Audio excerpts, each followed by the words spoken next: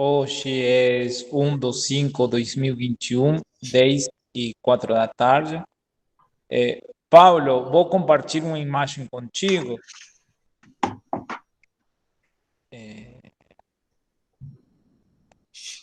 Aí eu vou te mostrar as imagens e você mais ou menos não, a gente vai conversar sobre as imagens. Estou compartilhando. Ainda não.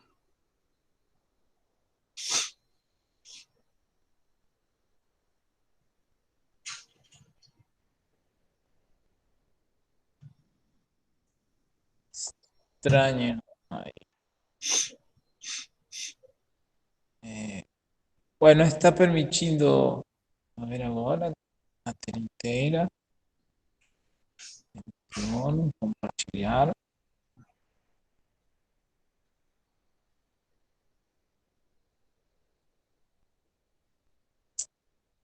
Que coisa. Não, não está permitindo compartilhar.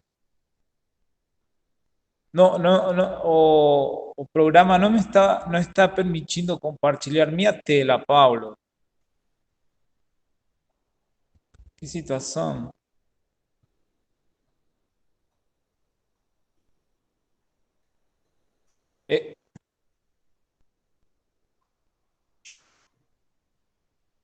É, eu vou sair porque está no computador. Eu vou sair do computador.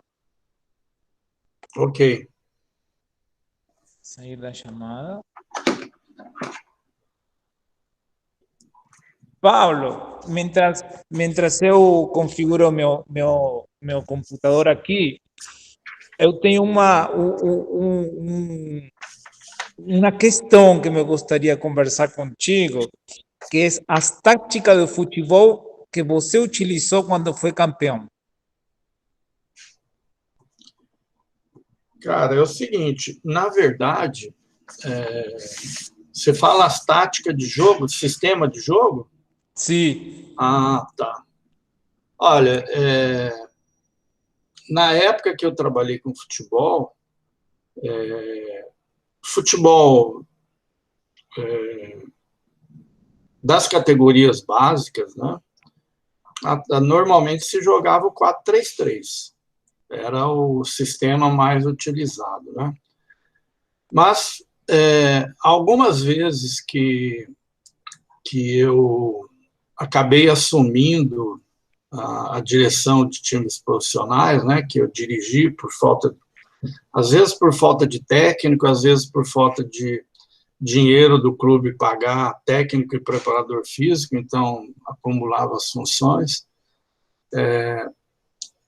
Trabalhando no Goiânia e no Atlético, eu usei também o 3-5-2, que é um esquema que o Lazzaroni usou na Copa da Itália, né? O Brasil começou a ver nisso.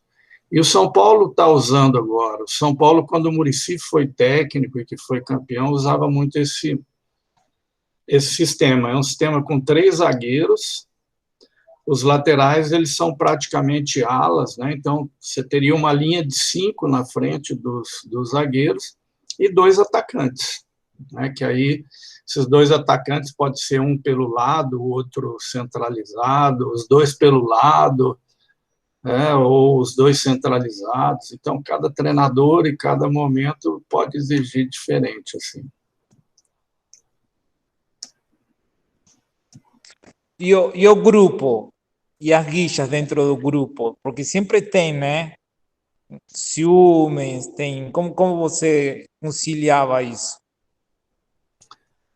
Normalmente, essas coisas não são muito conciliadas pelo técnico, né? São outras forças dentro do coletivo que acabam conciliando. As lideranças, né? Normalmente, que existem, ou os dirigentes, ou outras pessoas da comissão técnica. Mas, no futebol, acho que mais do que em qualquer outro esporte, acho não, eu tenho certeza, né? Todo mundo quer jogar, quer ser o tal do titular, né? Ou seja, quer entrar jogando. Então, nesse momento de pandemia, por exemplo, isso deve estar sendo muito menos complicado, porque o treinador pode fazer 5 alterações, né? Então, podem jogar 16 pessoas. Mas isso facilita a vida do treinador, né? Que ele está colocando algumas pessoas que normalmente acham que tem condições de ser titular, mas ele entrando, ele já fica um pouco menos insatisfeito, né? O que deixa insatisfeito no futebol é isso, né? O jogador, ele quer jogar, ele quer ser o titular. Se ele não for o titular, ele vai estar sempre insatisfeito. Então, mas, sim, conversa, né? Muita conversa, embora não seja fácil convencer o jogador de que ele deva aceitar. Aliás, nem se deve, né? Convencer o jogador que ele deve aceitar o banco, né? Eu gosto muito do discurso desse treinador português do Palmeiras, atualmente, por exemplo, né? Que diz, olha, quer jogar, treine bem. Então, o cara tem que se esforçar lá no treinamento, né? Seria a forma dele mostrar que ele tem condições de jogar. E como que é importante o treino, né? Ah, sim, fundamental. Então, o treino é bom e, às vezes, também... Eu, quando trabalhei com futebol profissional, nas vezes que eu dirigi, que eu fiquei na direção da equipe, e mesmo, às vezes, como preparador físico, os treinadores tinham concordância com isso. Se o jogo fosse à noite, por exemplo, eu treinava na parte da manhã. Os jogadores achavam ruim, não sei o que e tal. Pô, mas hoje tem jogo? Não, hoje tem jogo, mas a gente precisa treinar, né? E eu estou vendo esse argentino que está no São Paulo agora está fazendo isso. Quando o jogo é à noite, o pessoal treina pela manhã, né? Então, treinar é sempre muito importante. Muito. Paulo, e no futebol de salão? Então, no futebol de salão, eu trabalhei aqui, né, um bom tempo no Jaó. O Jaó foi a equipe, né, desde quando começou o time do Jaó, eu comecei jogando quando o Jaó começou com a equipe. Depois, por uma circunstância, o meu professor de futebol era o técnico do Jaó, né? E aí ele foi contratado pelo Vila e ele falou para mim, falou assim, olha, queria levar você para trabalhar comigo lá no Vila, mas os treinos vão ser de manhã e aí você vai perder aula e tal. Então eu vou deixar o Jaó, porque as coisas vão coincidir, etc. Eu vou deixar o Jaó e vou te indicar para assumir a equipe. Então, assim, eu fazia 3º ano de faculdade, ainda jogava, né? Eu assumi ser treinador do Jaó e jogava Campeonato Paulista, ia para São Paulo jogar Campeonato Paulista. E isso também porque no meu último ano de faculdade, na seleção universitária, né, os Jogos Universitários foram em Fortaleza, o cara que era o treinador, que treinou a equipe o tempo todo, era um carioca recém-chegado em Goiânia, tinha treinado Fluminense e outras equipes de futsal lá do Rio, e ele era professor da Escola Técnica Federal, ele veio para cá transferido como diretor da Escola Técnica Federal de Goiás.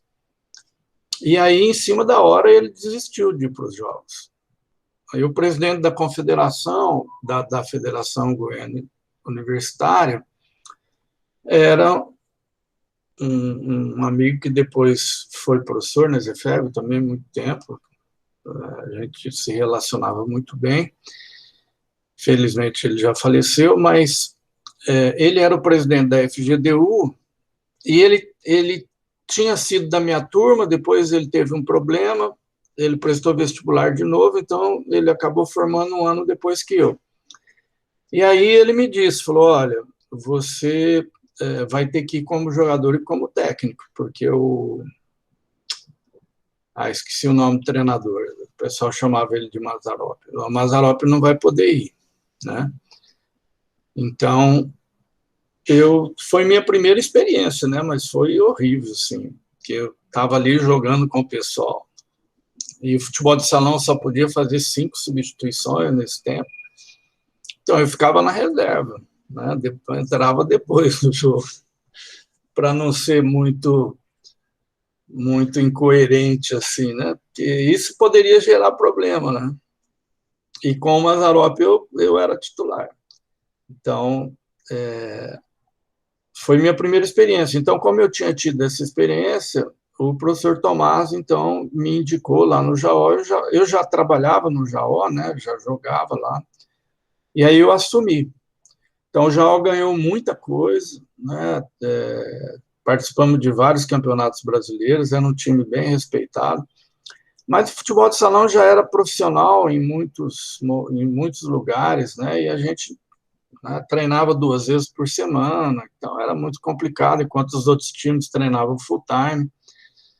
Mas mesmo assim, né, o Jaó fez grandes campanhas aí, seleções goianas, junto com o trabalho de um outro professor, o professor Somerson, que a gente trabalhava junto no Jaó, e ele dirigia as categorias de formação. Nós fomos campeão brasileiro universitário, né? Com seleções que a gente treinou, mas ele que dirigiu, ele que foi.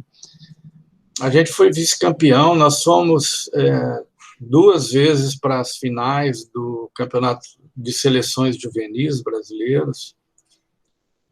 E, enfim, Goiás ficou bem projetado, né? E o trabalho todo era do Jaó. Aí o Goiás entra na parada, né? Tinha um time, aí resolve entrar para competir para valer, aí eu fui para o Goiás, né? Eu saí do Jaó e fui para o Goiás. E fiquei lá um tempo, depois saí, fui trabalhar fora, voltei, trabalhei na Vila Romana, que foi um time novo que surgiu aqui, já era um time assim, tipo semi-profissional, todos os jogadores recebiam, mas alguns recebiam muita mixaria, tinha alguns que recebiam uma ajuda de custo. Então, já treinava 3 vezes por semana, quando ia disputar campeonato, treinava todos os dias, e a Vila Romana chegou 2 vezes também à semifinal das Taças Brasil, de 2 Taças Brasil, né? Depois disso, aí eu tive experiências no Rio Grande do Sul, eu fui para Uruguaiana, que é uma cidade na divisa com a Argentina, nós fomos o 3º colocado no Campeonato Gaúcho, que foi uma surpresa, assim, né? Depois eu fui para uma empresa do Piauí, que tinha um time de futebol de salão, muito forte nas categorias básicas, no feminino, e queria fazer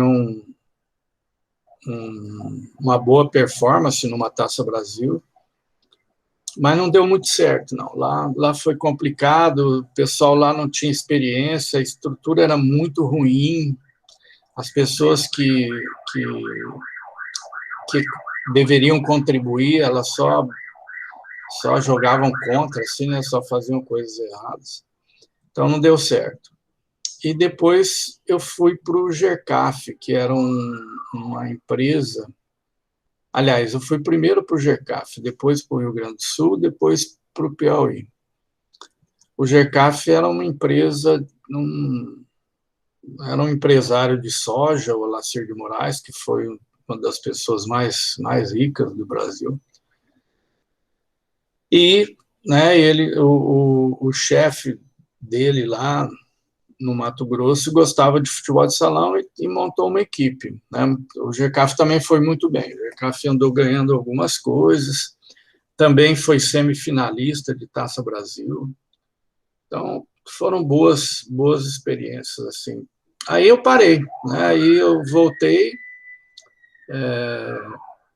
e investi nos estudos, né? Então aí fui fazer mestrado, doutorado, não sem antes fazer mais uma tentativa aqui com uma seleção goiana, mas muito desarticulada, com muita dificuldade. A gente participou de um campeonato brasileiro de seleções, classificou, mas depois, na fase final, não fomos muito bem, não. Levamos pancada pra caramba. E teve uma seleção goiana adulta também, que a Taça Brasil, afinal, foi em São Paulo, lá atrás, acho que na década de 70 ainda, ou comecinho da década de 80, que também foi as finais do Campeonato Brasileiro de Seleções. Assim, surpreendeu o Brasil inteiro também, porque a gente tinha caído numa chave muito difícil, com Minas, com Paraná, na fase eliminatória, com Brasília, e classificava uma equipe só, né? Então, era Minas ou Paraná com alguma chance. Brasília, e nós éramos e Espírito Santo também tinha. A gente era a força mais fraca considerada, né? Mas essa seleção treinou muito. Apesar das dificuldades, nós viajamos para São Paulo em 2 combis. Assim, Kombi apertado, pessoal apertado, viajando a noite inteira para chegar lá. Loucura, umas loucuras, assim, né? Paulo, qual é a tua posição no futebol de salão? Eu era zagueiro, era central, né? Ou o pessoal na época chamava, tinha uma época que chamava de zagueiro, tinha um outro nome que chamava de central, líbero.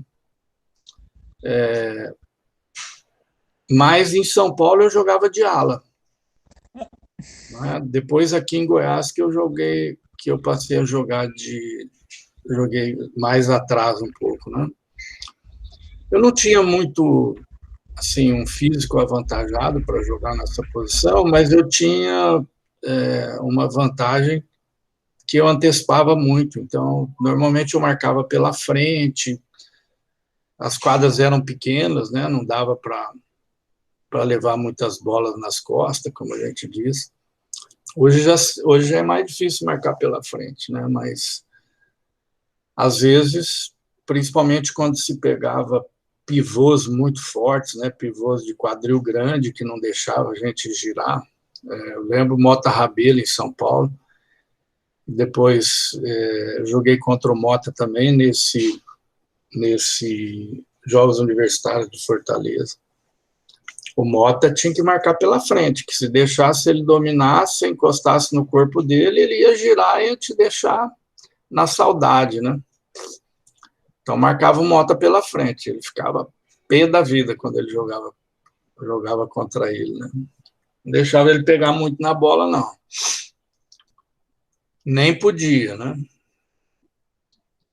Mota jogou num time do Corinthians, um time muito forte. Joguei alguns campeonatos paulistas, e o treinador depois ficou muito meu amigo. Foi um treinador que teve muito realce lá no estado de São Paulo. Depois que eu vim embora para cá e fiquei treinador, nós ficamos amigos, que a gente já se conhecia e tal. Ele até tinha me convidado uma época para ir para o Corinthians, para jogar lá.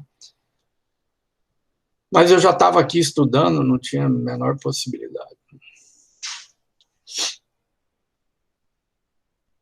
Goles? Hã? Quantos goles?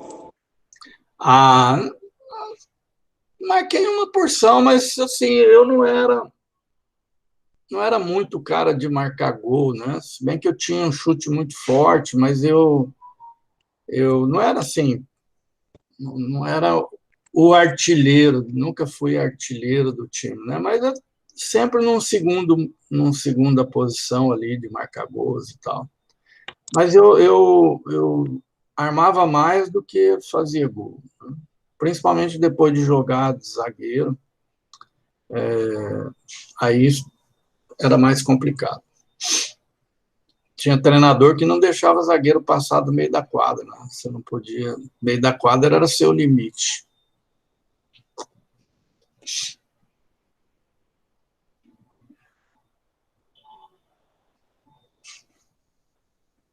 eu sofri isso.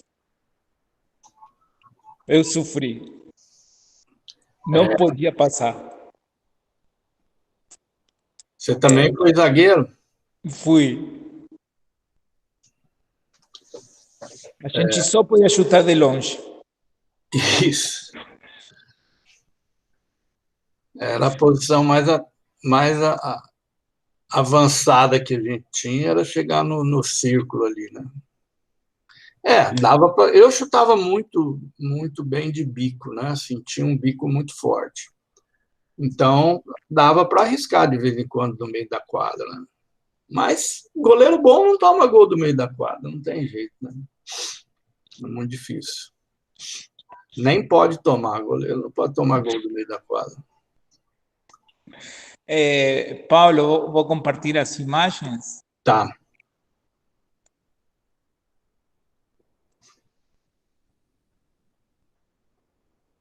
Apareceu? Apareceu.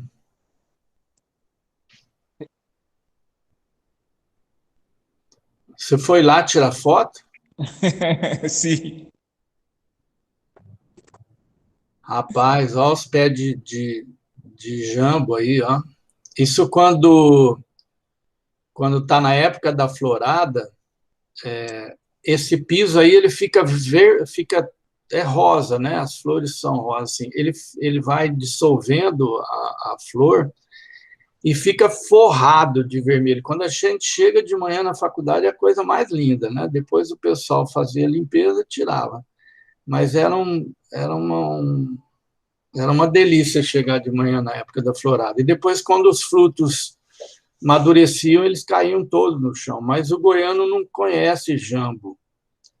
Então, assim, tinha alunos de outros estados, né, que estudam na ESUFEB, que estudavam, principalmente o pessoal de origem do Nordeste. Nossa, eles derrubavam, eles cortaram, estou vendo que eles cortaram o pé, né, levantaram bem os galhos aí agora. Mas a galhada era baixa, às vezes até riscava o teto do carro. Então dava muito jambo, e a moçada já tinha até uma vara aí para apanhar jambo, tinha gente que colhia sacada aí e levava, né? O pessoal acostumado a comer. É muito bom, o jambo da Ezefega era muito docinho, muito uma delícia mesmo.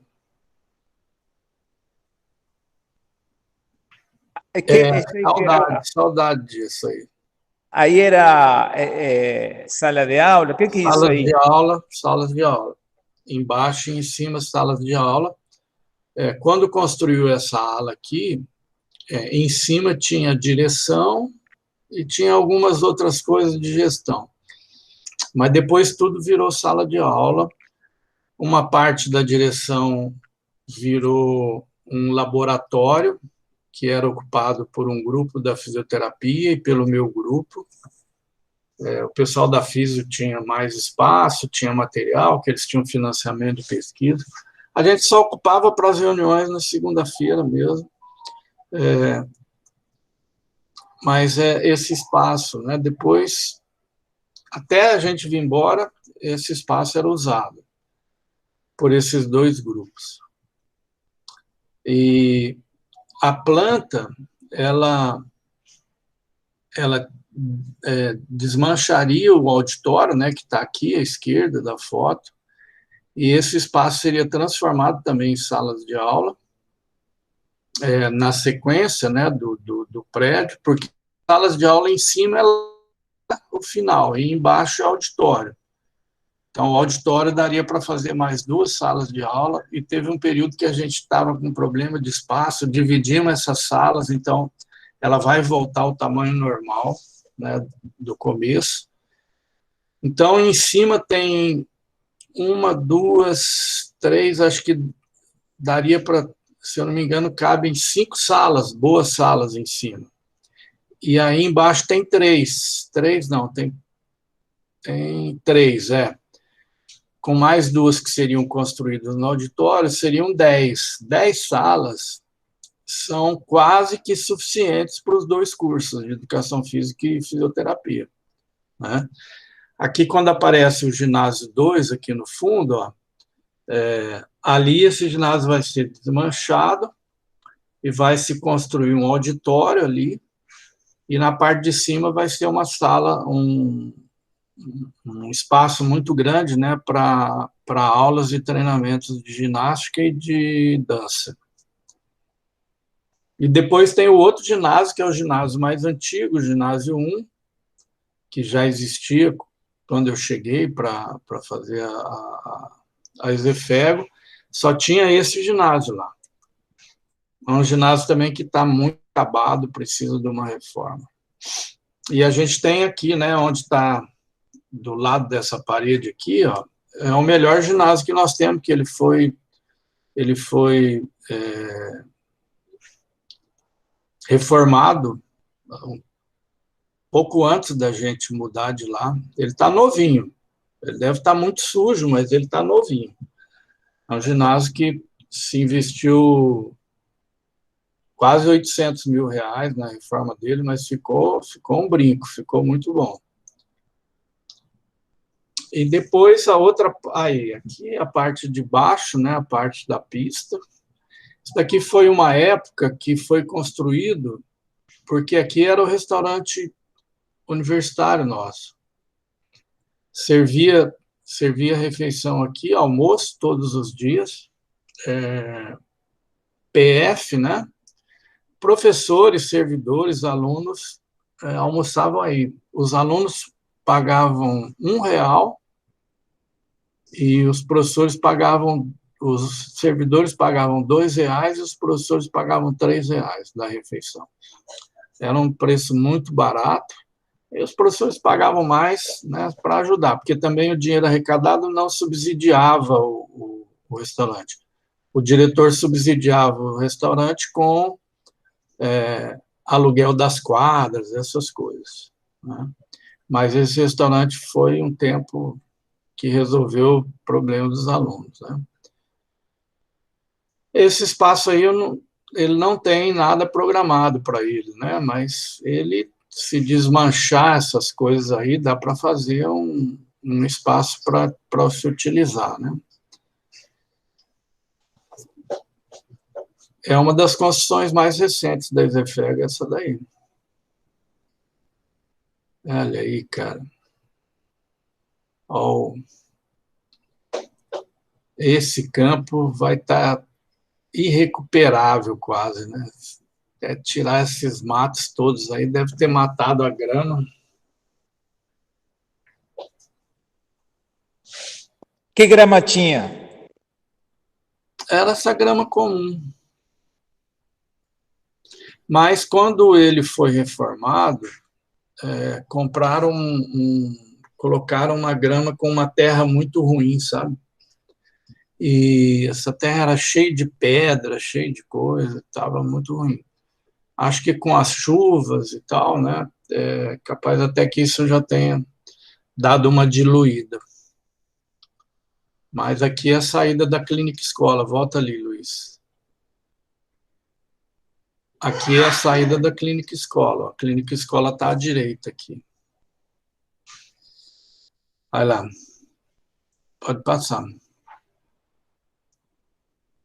Aí, esse é o ginásio que foi reformado. Você pode ver que ele está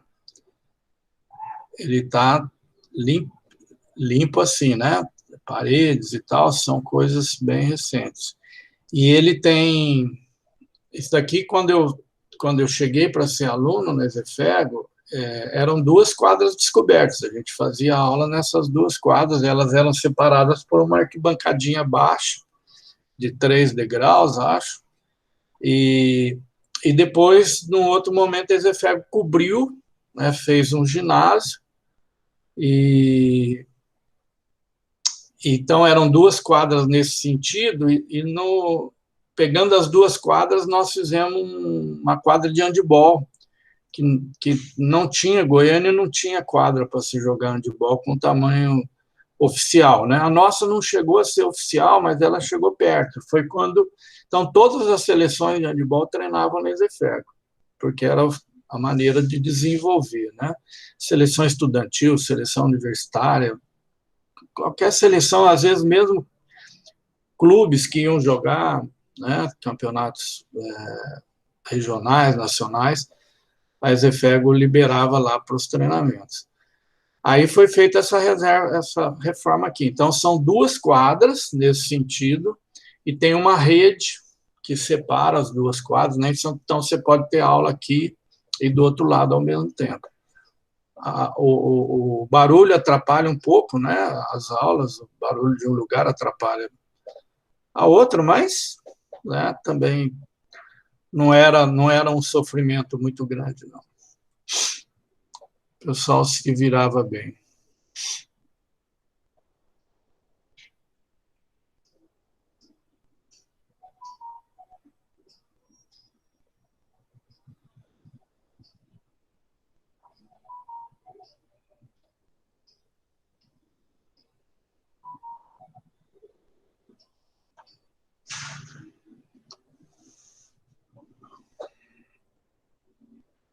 Olha, não estou reconhecendo esse lugar. Você jogava tênis? Ah, é a quadra de tênis. Nossa. Do outro lado aqui tem uma quadra de terra, né? Sim. E aqui, na verdade, aqui era uma quadra também. Eram 2 quadras de terra. Quando fez a reforma do ginásio, cimentou de cá, botou o paredão, né? Então poderia se treinar paredão no tênis, mas jogar ficou uma quadra só, porque nem tinha tênis no currículo. E esse espaço aqui era utilizado, às vezes, para aula. Professores que trabalhavam com jogos e brincadeiras, recreação e tal, usavam isso daqui porque batia uma sombra muito boa aí, né? Até umas 10 horas da manhã batia uma sombra muito legal que o próprio ginásio fazia. E então tinha aulas aí, muitas aulas aí. Quando tinha alguma atividade também, algum projeto de extensão, normalmente a gente tinha muita atividade em determinadas datas, né? E sempre tinha um evento, se fazia, mesmo depois que nós fomos lá para o centro, tem um evento histórico na Exefego que congrega várias instituições de ensino especial, né? Então, no tempo que eu fui professor de organização de eventos, a gente fazia esse evento, era a minha disciplina, atletismo, natação, e a disciplina que trabalhava com as deficiências, né? A gente fazia um evento fantástico aí, pegava sábado e domingo de manhã, dava refeição para o pessoal, os meninos de organização, eles buscavam toda a estrutura, ia para o Ceasa, ganhava as coisas, ganhava arroz, ganhava macarrão, ia na merenda escolar, conseguia. A gente todo ano conseguia muita ajuda, água na Saniago, água mineral, né? E a gente recebia. Então, vinham delegações do interior para participar desses jogos. Eram jogos, né? Então, tinha competição de atletismo, de natação, e tinha competições de esportes de quadra também, né? Nem todos, mas se tivesse 2 equipes, a gente fazia pelo menos um jogo, né? Além de outros tipos de atividades com os alunos com deficiência e tal. Era um evento muito bacana, muito legal. Eu nunca vou esquecer uma prova de atletismo que foi uma situação mais ou menos parecida com aquela corredora da maratona, lembra? Na Olimpíada, que ela quase não chega, que ela vem cambaleando. Não sei se você já viu essa cena. Eu não lembro qual Olimpíada que foi, mas já faz algum tempo. Numa prova de atletismo, era uma prova de 50 metros para cadeirante, e tinha uma menina com deficiências múltiplas, né? Principalmente a parte cognitiva, de coordenação dela, estava muito afetada, e ela participou. Então, o pessoal chegou, né? E ela vinha, aí ela foi perdendo as forças, e o pessoal incentivava, todo mundo incentivando ela para chegar também. Cara, ela demorou 5 anos para chegar. O sofrimento de quem estava de fora foi maior que o dela, e a gente, né, não pode ir lá empurrar a cadeira, não pode fazer nada, tem que esperar, mas ela chegou. Cara, que festa, que festa. Foi assim, uma das coisas mais bacanas de lembrança que eu tenho da educação física foi esse momento. O professor Leon, né, tem a professora de natação, já é aposentada, a professora Marlene, que era professora de diversidade também, já está aposentada, a professora Elisete, que era professora de natação. Bons tempos, bons tempos. Só sobrou eu. Os outros que faziam esse evento, todos estão... O Leon ainda está nativo, né, mas... Bons tempos. Boas lembranças. Então, esse espaço aqui a gente usava muito com os deficientes.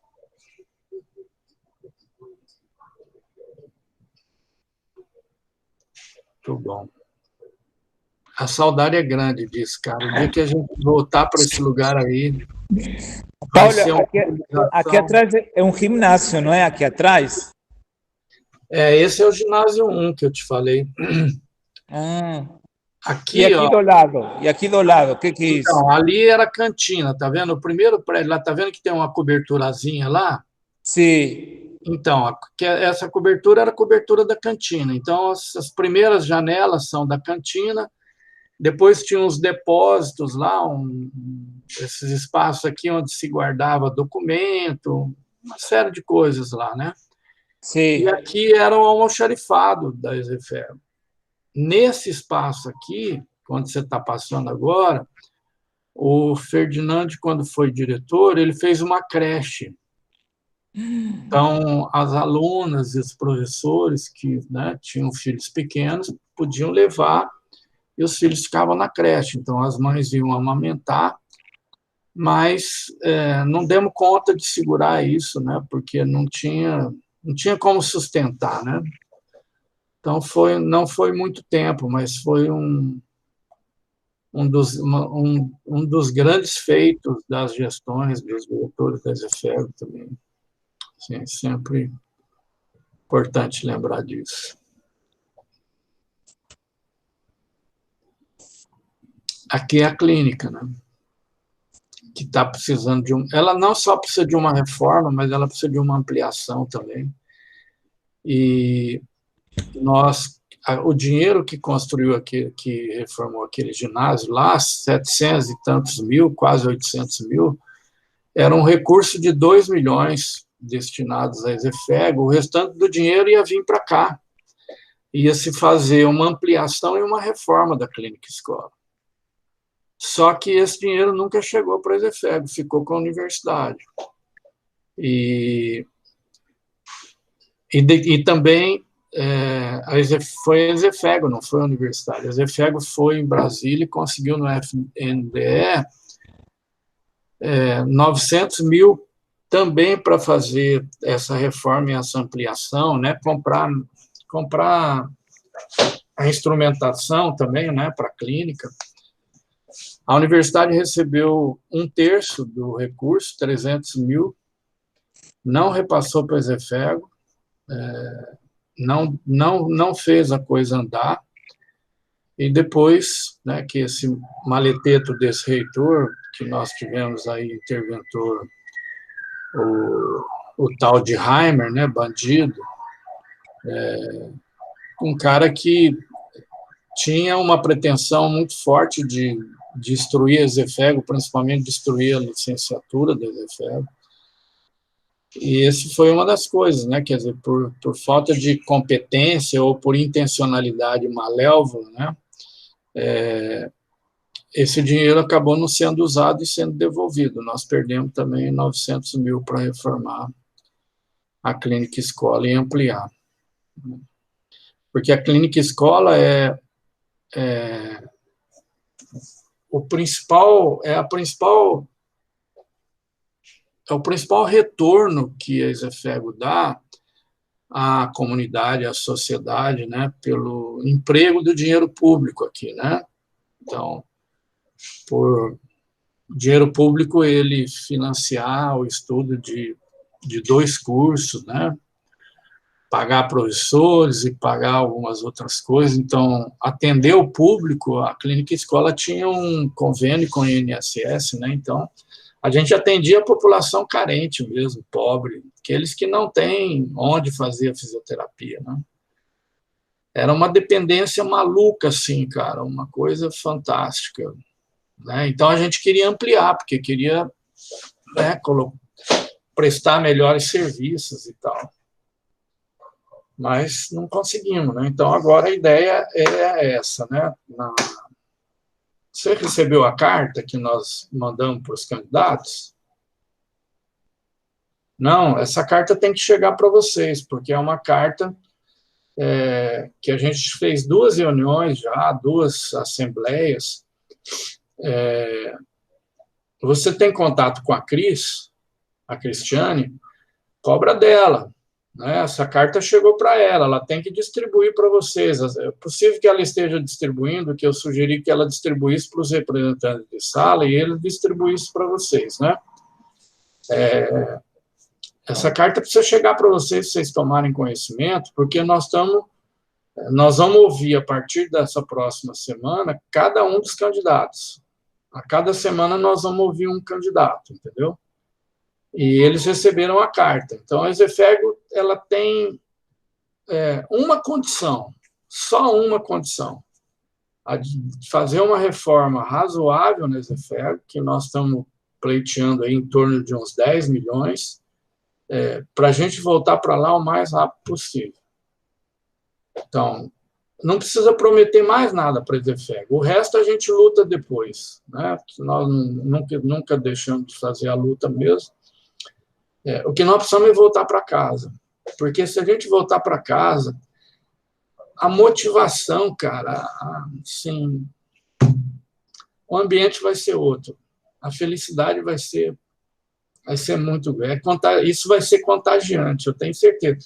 Eu chego a ficar arrepiado, né, só de pensar nisso. O dia que eu entrar naquele portão para trabalhar na Vila Nova. Puta que lá merda. Desculpa, tá gravando? Dureza. Mas nós vamos conseguir. Né?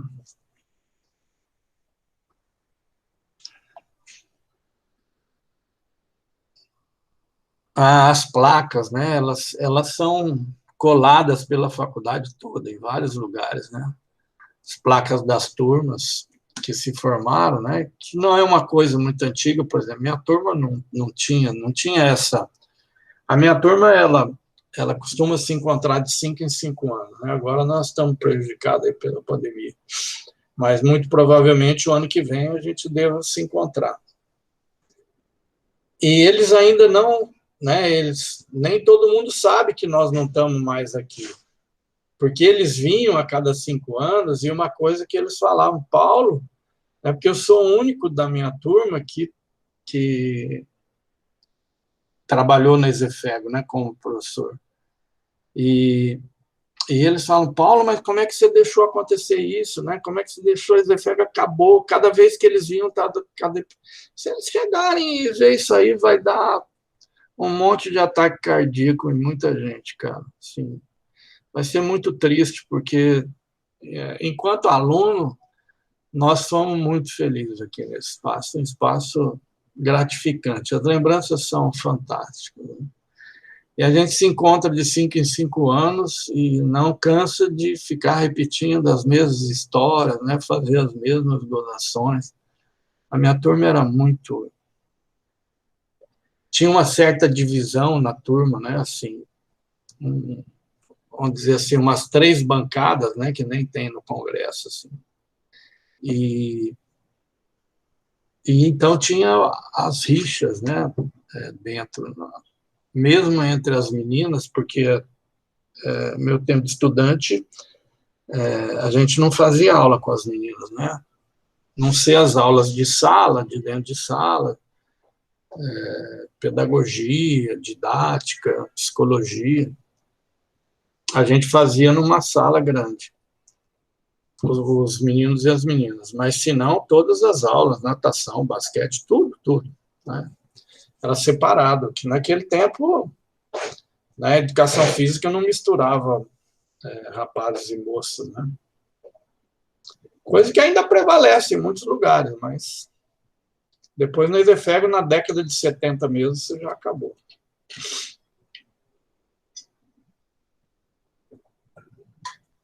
As meninas não tinham, mesmo depois, quando as meninas faziam as mesmas disciplinas, tinha duas disciplinas que eram separadas. As meninas não faziam futebol e os meninos não faziam dança.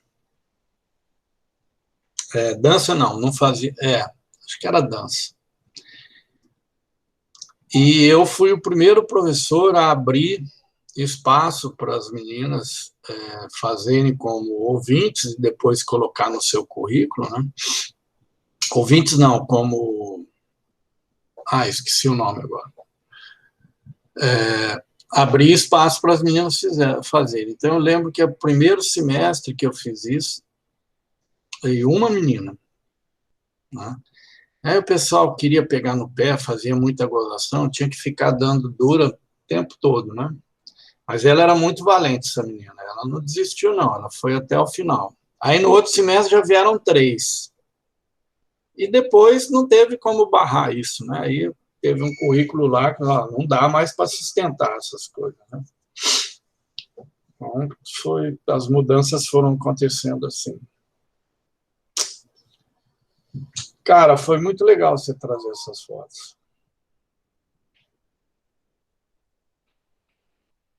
Aí. Algumas salas, você vê, né? Você vê o tamanho dos quadros que nós temos lá naquele outro prédio, né? Olha aí o tamanho das... E essas lousas, elas não foi possível levá-las. O Marcos Jari pegou umas lousas que a gente tinha feito uma reforma, né? E o pessoal tinha guardado lá no almoxarifado, porque tem que dar baixa nisso, né?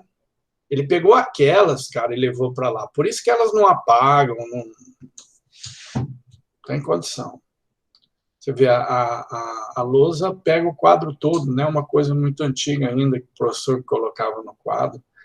Mas eu trabalhei com organização de eventos durante 12 anos na Ezefego. É a disciplina que teve menos professores até hoje na história da Ezefego, é a organização de eventos. Capitão Nascimento, o primeiro, que foi meu professor. O Aladi, que é o diretor que fez lá o restaurante universitário, que eu te falei que era da minha turma e ficou para trás, foi presidente da FGTU. Depois eu e depois o João, né, que o João foi meu aluno e foi um bom aluno de organização, assim, se destacou, né?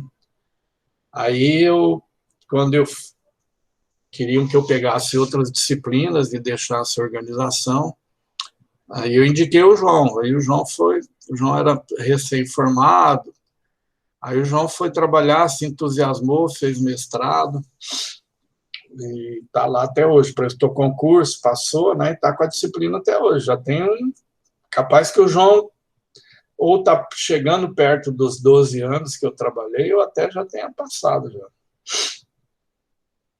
E essa disciplina, ela organiza os jogos internos da Ezefego, que chamava Olimpego, agora depois o João mudou o nome, não estou lembrado mais como é que é. É uma semana que suspende as aulas e tem jogo de manhã, de tarde, de noite, sábado, domingo. O pessoal se diverte lá. Professor, forma time.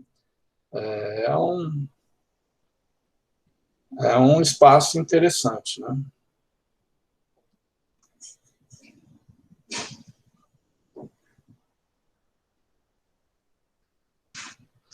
Aí, essa piscina é do tempo da fundação da Ezefego. Você vê que ela é rasa lá, né, e funda aqui. É uma coisa que já não se usa mais, né? Na reforma, isso está destruído. O que a gente queria é o seguinte. Cadê?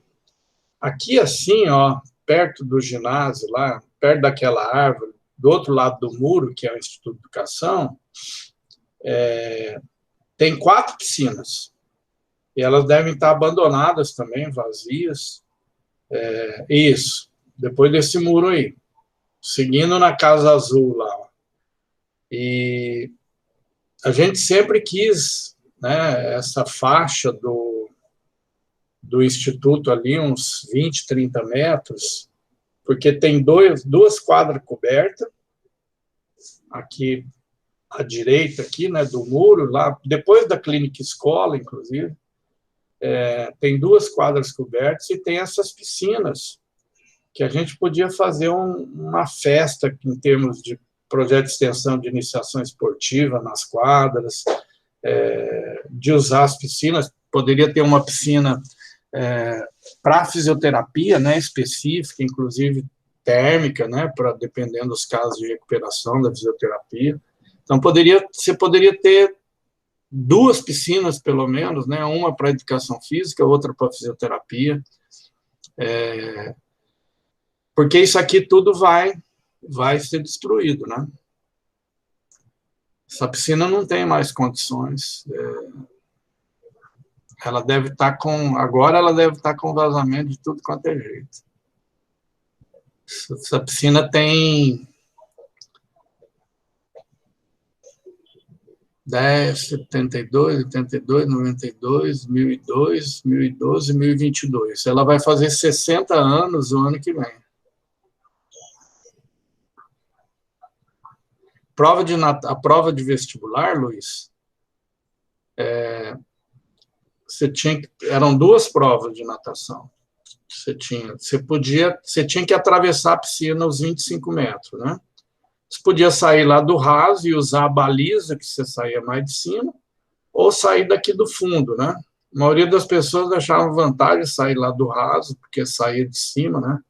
Mas ele ia pegar mais pressão no fundo. Eu, como tinha sido nadador, já sabia, né? Assim, até quando estava fazendo prova, né? A minha letra é P, então eu fui um dos últimos, né? E eu saí daqui. Eu perguntei para o professor se podia sair daqui. Pode sair de onde você quiser. Você tem que atravessar a piscina. Aí saí daqui, né? Ele deu 10. Ele falou assim: olha, quando você fez aquela pergunta, eu já falei, esse cara entende de natação, né? E aí eu tirei 10 na prova de natação. Bom, você fazia isso, depois eles jogavam uma porca de caminhão, bem pesada, grande, aqui na parte do fundo, e você tinha que mergulhar, pegar a porca, colocar aqui em cima da borda, sair da piscina, aí pegar a porca e colocar em cima de uma mesa que tinha um aluno que fazia distribuição. Tá? Então, até sair da piscina, força de braço, etc. e tal. E sair aqui no fundo, né? Que você não podia pegar um impulso do chão, né? Era força de braço, força abdominal. Então, até isso entrava na avaliação da prova, entendeu? Então, assim, eu e sentei, girei, né? E peguei a porca e já entreguei. Aí o pessoal foi me perguntar, por que você saiu daqui, né? Eu falei, porque a pressão diminui, isso vai te aliviar lá no final, se você cansar. Nossa, não sei o quê, né? Tinha gente que tinha chegado assim pelas barbas do profeta, né? Fazendo promessa, se eu chegar, eu... Então, mas era interessante, porque todo mundo... Eu lembro que, quando eu fiz vestibular, só um aluno foi reprovado na prova de natação. E aqui, se você fosse reprovado, você nem ia para outra prova. Né? Mas, nessa piscina, nós fizemos muita coisa. Nós tínhamos um evento na Exefego, que era uma prova de barrigada. Então, tinha aluno que ele subia nesse muro aqui, ó, porque aqui tem a cerca, depois tem uma escadariazinha, né? Então, ele subia nesse muro ali, isso. Aí, subia ali e fazia barrigada, saltava de lá na piscina, cara. Teve uma época que eu era uma coordenadora do curso, estava tendo a barrigada, ela foi lá e queria proibir, sabe? E estavam vários professores assistindo, a gente não tinha participação nenhuma, era organização do centro acadêmico isso, né? Mas todo mundo respeitava. No dia da prova de barrigada, ninguém dava aula, ninguém dava prova, todo mundo ia para lá. E a coordenadora chegou lá e queria suspender a prova. Nossa, os caras quase lincharam ela, né? A gente pegou, Dardenne, ó, quieta, deixa para lá, né? Senta aqui, assiste também, né? Dá nota, né? Às vezes os alunos pegavam a gente para dar nota, né? Que era prova. Todo ano eles tiravam um campeão de barrigada. Cara, coisas assim. Não é do meu tempo, não. Isso é do meu tempo de professor já. Isso, uns malucos mais recentes que fizeram isso. Então, cara, essa é a nossa casa. Ó.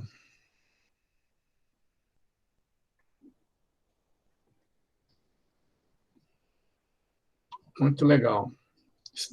Isso tem um processo histórico, uma historicidade muito rica, muito, muito, muito. Tem um livro que o professor Darcy Cordeiro lançou não faz muito tempo. Né? Ele conta um pouco da história da Isefego. Ele chega na Isefego na década de 80, foi meu professor de metodologia da pesquisa na pós-graduação. Depois fomos colega, né? A gente trabalhava no quarto período,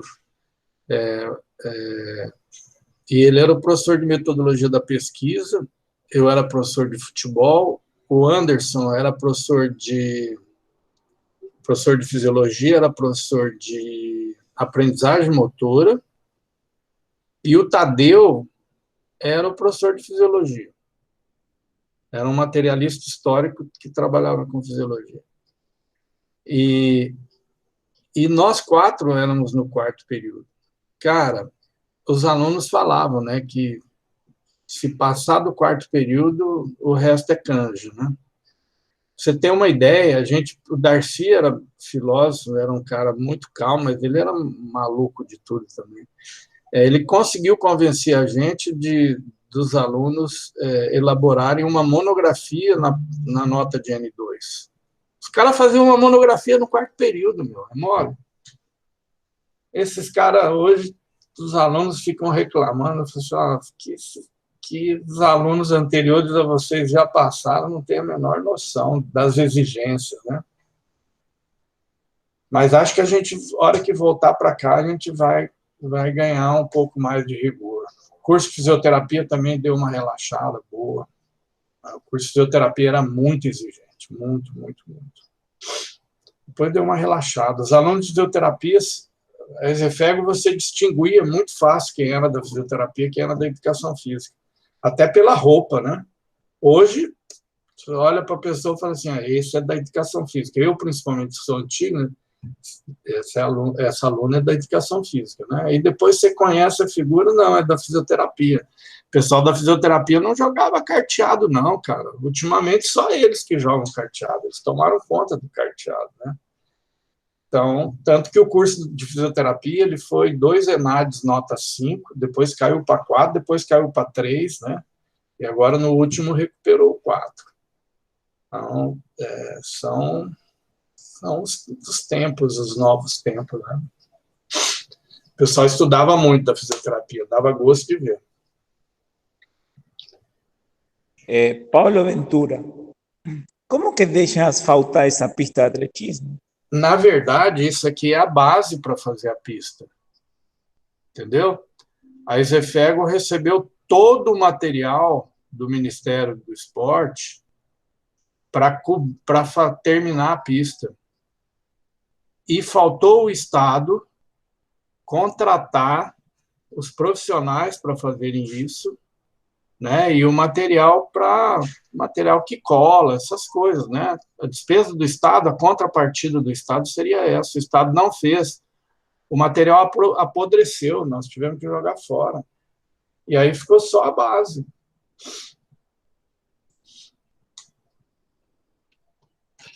Essa é uma coisa que nós só vamos fazer ou com a ajuda da iniciativa privada ou buscar recurso federal. Isso tem um custo muito caro.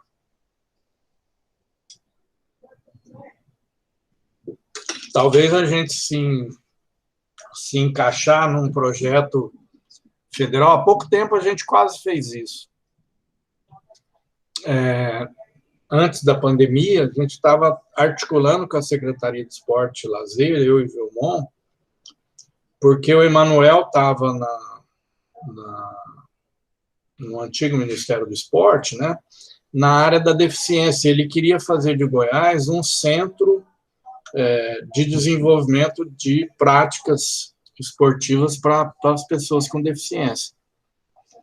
E aí nós pensamos, Secretaria de EFEG, nós pensamos em fazer um projeto, né, que ele disse que era para a gente levar as ideias que a gente tivesse, fazer um projeto para terminar a pista, né, para a gente poder fazer a prática de atletismo para as pessoas com deficiência. A EFEG, na contrapartida, cederia horários para a Secretaria de Esporte e Lazer fazer isso, né? Agora, se a gente voltar, tem que retomar essa ideia aí, né? Apesar que o pessoal da secretaria são outras pessoas, o pessoal saiu, mas acho que sempre vai ter possibilidade desse interesse. Paulo, ¿cómo a EFEG llega a este momento? Olha, quando no último governo do Marconi Perillo, no penúltimo governo, né, teve uns reitores que ele sempre nomeou que foram denunciados na justiça. O governo segurou esses processos, a universidade também, o quanto pôde, mas chegou uma hora que estourou. E eles, né, tiveram que ser exonerados, o reitor, né? Vários reitores sofreram processo, mas o que estava no momento, que era o Luiz, um professor lá de Quirinópolis, ele foi exonerado por conta do processo. E aí o Marconi indicou um interventor, que foi o tal do Heimer, né? Esse cara entrou, enquanto interventor, ele fez uma gestão muito interessante, acadêmica mesmo, tá? Ele nos enganou muito. E aí ele se candidatou, e era o candidato do governo, ele ganhou. Mesmo que ele não ganhasse, seria ele o escolhido. A gente fez, né, lançamos candidato de oposição e tal, mas não teve jeito. Aí ele entra, cara, e aí começa as mazelas, né? Então, teve enfrentamentos, a EFEG estava sempre no meio dos enfrentamentos, então, sempre muito visada, né? Porque estava sempre contra as gestões. Não tinha eleição para reitor, na EFEG o reitor do governo não ganhava, né? Ou a gente votava no Ivo, aquele ginásio reformado, ele tem o nome de um ex-funcionário nosso, falecido, o Ivo, que era um negro fantástico. Você pensar num cara, gente boa, assim, todo mundo adorava aquele cara, principalmente os alunos. E a gente, quando tinha eleição para reitor, a gente lançava o Ivo para candidato informal, né? Então, a gente tinha um slogan, que toda eleição de reitor, esse slogan caía, né? Não vote em branco, vote no Ivo, né? Aí tinha uma simbologia dicotômica aí, né? Então, não estrague seu voto, deixando de votar, e nem vote em gente pele branca, né? Vote no Ivo. E o Ivo tinha mais voto que o candidato que era eleito, né? Era uma forma da EFEG se revoltar contra as coisas. E aí o Heimer, né, foi eleito, depois foi reeleito, e teve uma greve. Na verdade, não foi uma greve, foi um movimento de paralisação das instituições federais, por vários problemas sociais que estavam acontecendo durante o governo Temer e tal. E a EFEG paralisou e, né, as outras unidades foram saindo, só ficou Ezefego. Como sempre, né? Às vezes a gente é o último a entrar, mas com certeza nós somos sempre o último a sair. E às vezes a gente é o primeiro a entrar e o último a sair. E teve um dia, e assim, foi um movimento pensado e executado pelos alunos. Eles ocuparam a Ezefego. E aí não era só aluno da Ezefego, era aluno da Federal, aluno da UEG de Laranjeiras, alunos da UEG que vinham do interior, que fizeram uma ocupação. E nós, professores, respeitamos. A gestão não quis respeitar, né? Tentou impedir, ou tentou se manter lá. Eles deram uma semana para o diretor se organizar, né? Para tirar o que ele precisava tirar de lá, porque depois eles iam invadir a sala, né? Então, para ele tirar, fechar e não aparecer mais lá, já que ele não era a favor. E aí um grupo de professores ficou dando apoio a eles, né? Eles não tinham muito como sobreviver ali muito tempo. Então, de vez em quando a gente passava no açougue, comprava uma carne para fazer a comida para eles. O Vilmon foi várias vezes cozinhar lá, né? Eu fui algumas vezes temperar, que é para eles, carne cozida, alguma coisa, que eu fazia um tempero de laranja, limão, e eles... Fiz uma vez, eles gostaram, aí de vez em quando ia lá fazer isso. E a gente estava lá, mas a gente não participava das assembleias deles, não votava, né? Então, apoiava, mas não interferia. Conversava, eles pediam opinião, a gente dava opinião, mas nada. Enfim, teve um dia que eles decidiram ir na casa do reitor, porque o reitor tinha dado uma entrevista e tinha, assim, falado um monte de porcaria, né? Aí eles foram lá na casa do reitor, panfletaram muro, um monte de coisa, ficaram lá um tempão com... Né? Era um dia de chuva, cara, os caras foram debaixo de chuva lá, e os alunos muito guerreiros.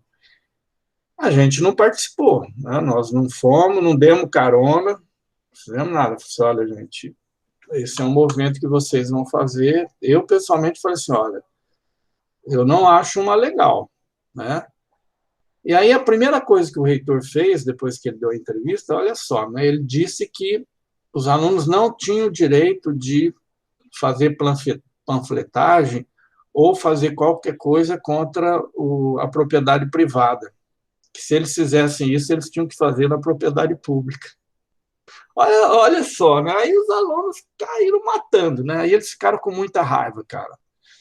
E eles não pararam o movimento, não pararam. A justiça decretou, né, que eles desocupassem.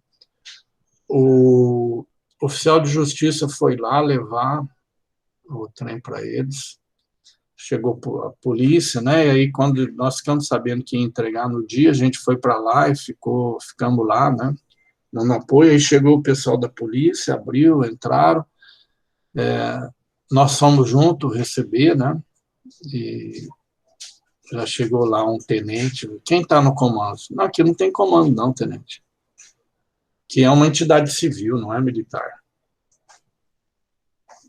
Não, mas alguém tem que dizer pela coisa. Não, essa é uma atividade dos alunos que nós, professores, alguns professores que estão aqui estão apoiando, mas não tem não. Né? É dos alunos esse movimento, que conta com o nosso apoio.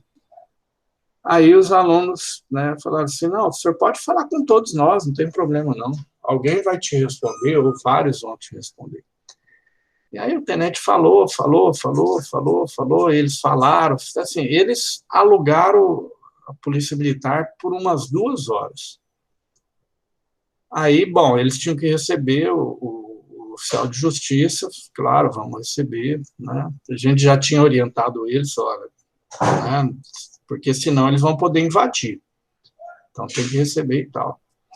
Aí eles pegaram e falaram para o oficial de justiça, a gente pode conversar, né?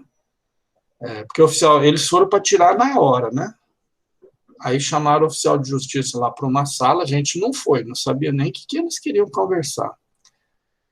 Durante essa ocupação, Luiz, a Isefego nunca teve tão limpa na história dela como durante essa ocupação. Eles tinham uma organização fantástica, assim, quem limpava banheiro, quem cozinhava, quem fazia isso, quem fazia aquilo. Você não via um papel no chão da Isefego, tudo muito legal. E aí eles levaram lá o oficial de justiça, né, mas o que eles estão querendo? Tenente, nem nós sabemos, né? O movimento é deles, a gente não interfere. Não sei o que eles querem, não. Aí, o que eles pediram para o oficial de justiça?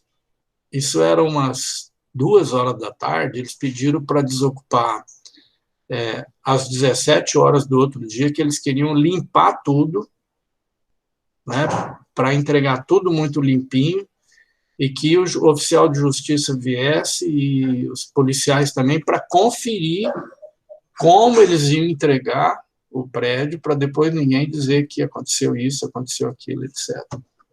Porque tinha câmera, eles viraram as câmeras para cima, né, durante o movimento, então não deixaram gravar nada.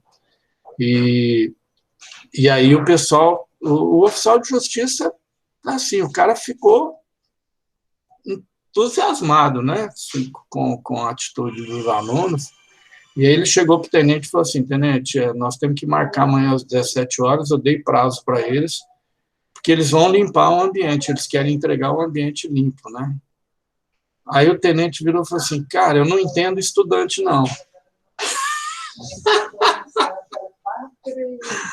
Eu falei assim: pois é, tenente, o senhor queria saber o que eles queriam, o senhor vê, nem a gente sabia, né? Olha só.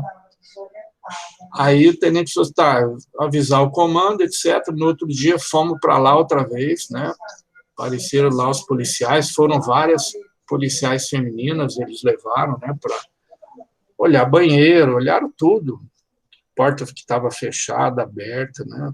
Assim, olha, aqui nós não tivemos acesso. Aí avisaram o diretor, né, para o diretor ir para abrir a sala dele, para as salas de aula. O diretor abriu a sala dele, o pessoal olhou, ele olhou, falou assim: não, tá do jeito que eu deixei, né, tá tudo bem. E pronto, sabe, assim, acabou. Não... Mas os alunos da Isefego são terríveis, cara. Teve uma vez que eles fizeram um movimento lá e eles ocuparam a escada de subida do primeiro para o segundo andar da parte da gestão. E aí disseram: olha, aqui ninguém desce, ninguém sobe, né? Aí eu estava na parte de cima, cara, chegando o horário de almoço, esse negócio, eu falei: putz, grila, né? Eu não vou poder pedir para eu descer, né? Vou sacanear. Aí foi um aluno lá, falou: professor, o pessoal do movimento está dizendo que se o senhor quiser descer, o senhor pode. Eu falei assim: não, cara, vocês não façam isso, não, né? E eu também não vou descer. Vou respeitar o movimento de vocês. E aí o diretor teve que atender algumas das coisas da pauta deles de imediato, senão eles nos ocupavam, ninguém descia, ninguém subia. Aí Isefego com gente sendo atendida na secretaria, mas eu sou mãe de aluno, eu tenho que fazer isso. Sinto muito, senhora, olha, a senhora não vai sair daqui. Se a gente não for atendido, a senhora vai dormir aqui. É bom a senhora ir lá falar com o diretor e pressionar ele, que é um absurdo e tal.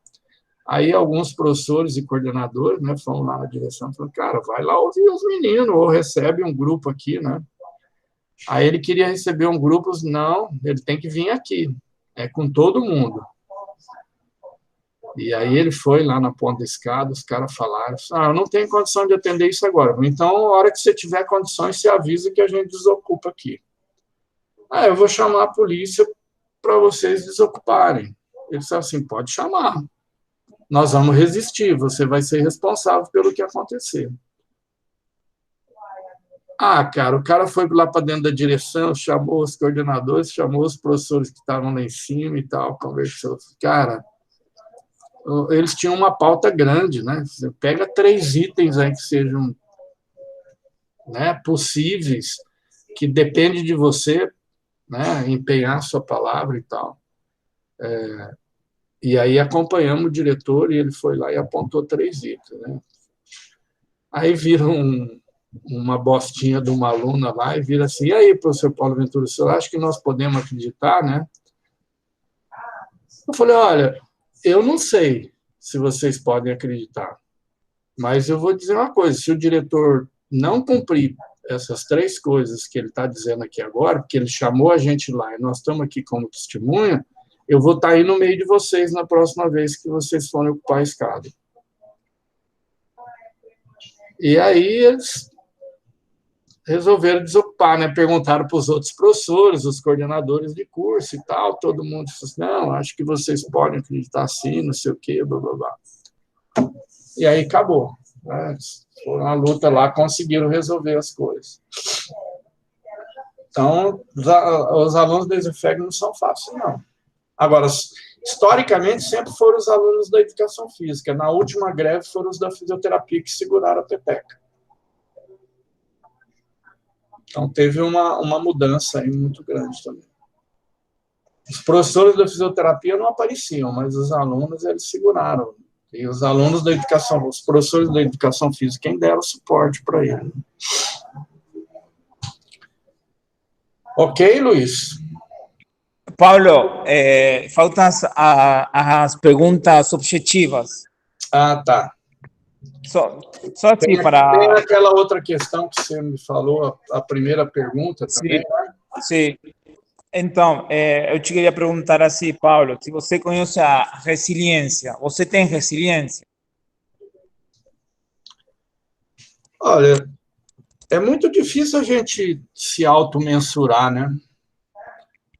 Mas eu acho que eu estou acima da média, eu diria.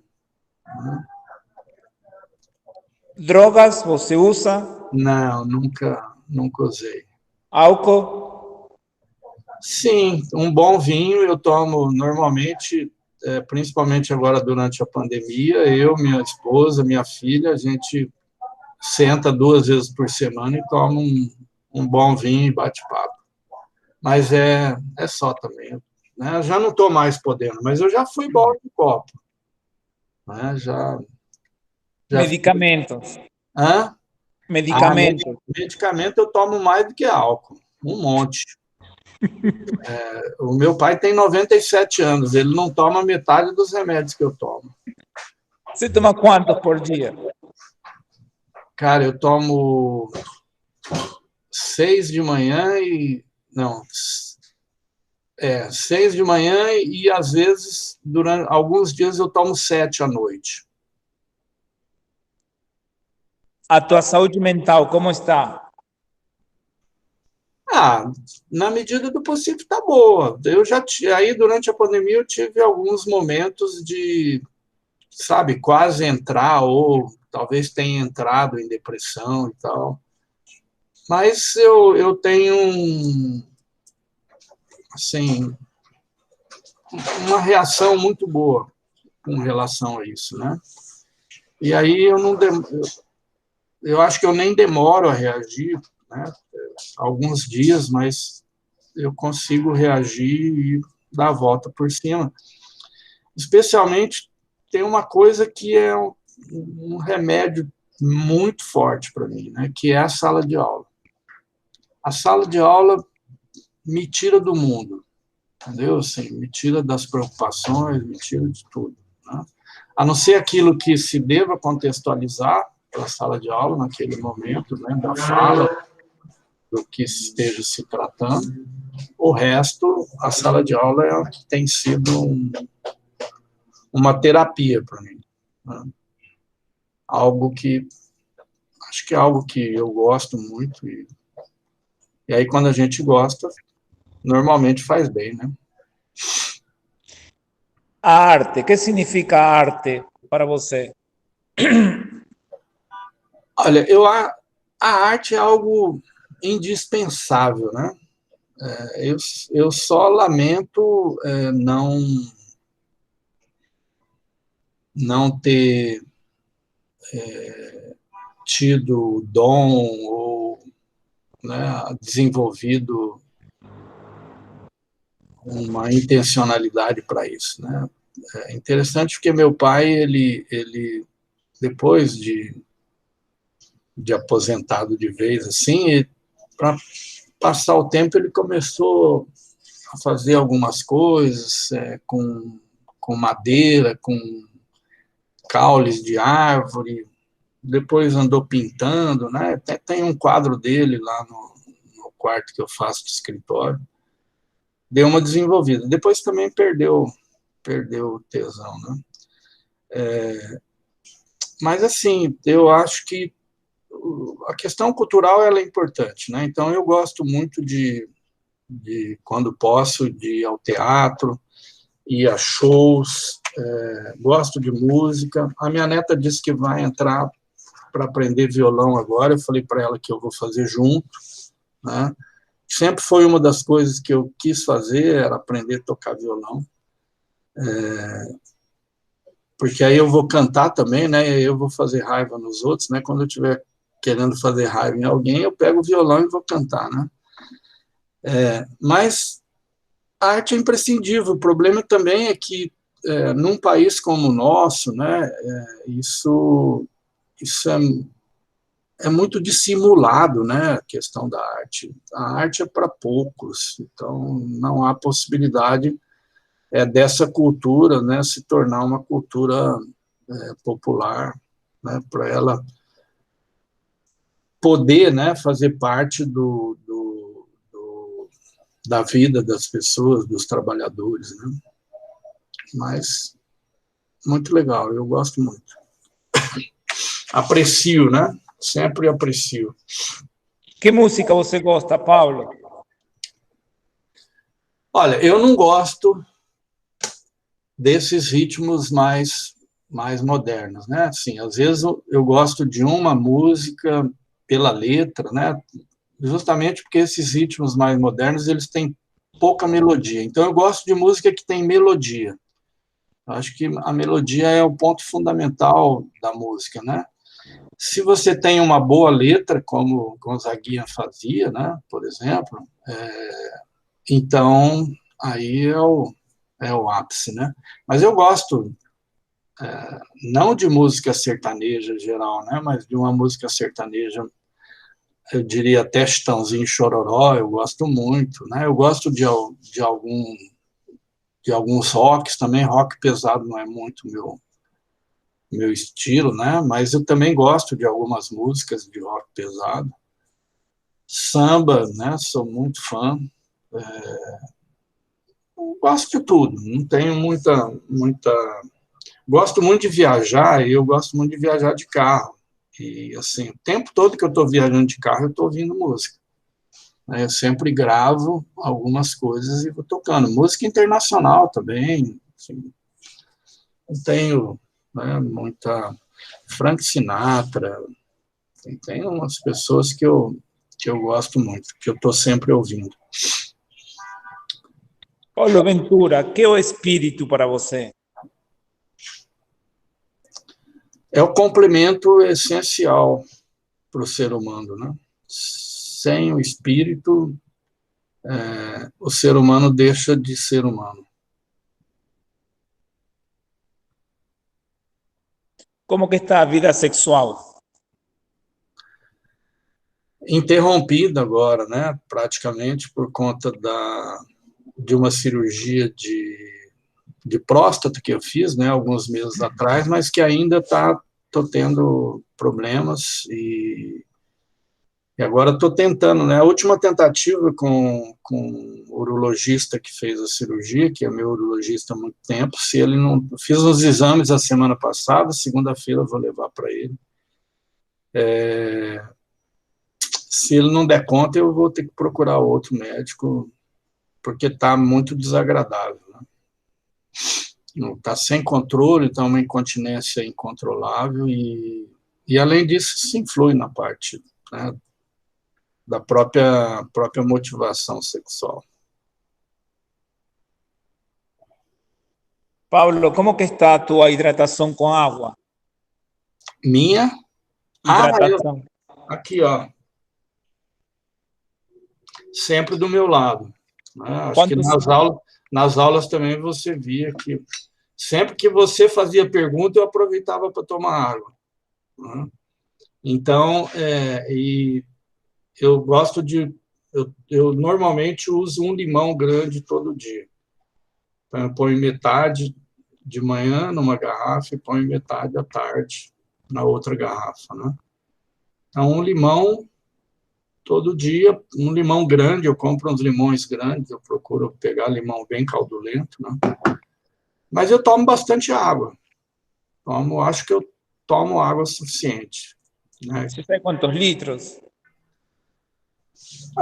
Essa garrafa aqui deve ter 500 ml, né? Eu tomo uma durante a noite e tomo umas 2, 3 durante o dia. Então, entre 1,5 litro e 2 litros, pelo menos isso eu tomo. E tomo, de vez em quando, tomo caneca. Às vezes eu levanto, eu tomo um pouco de água à noite, e a água já não está mais tão gelada, então eu levanto, vou lá, tomo uma caneca d'água e depois... Tem uma caneca de que deve ter uns 200 ml, 250 ml. Eu sempre tomo ela cheia também.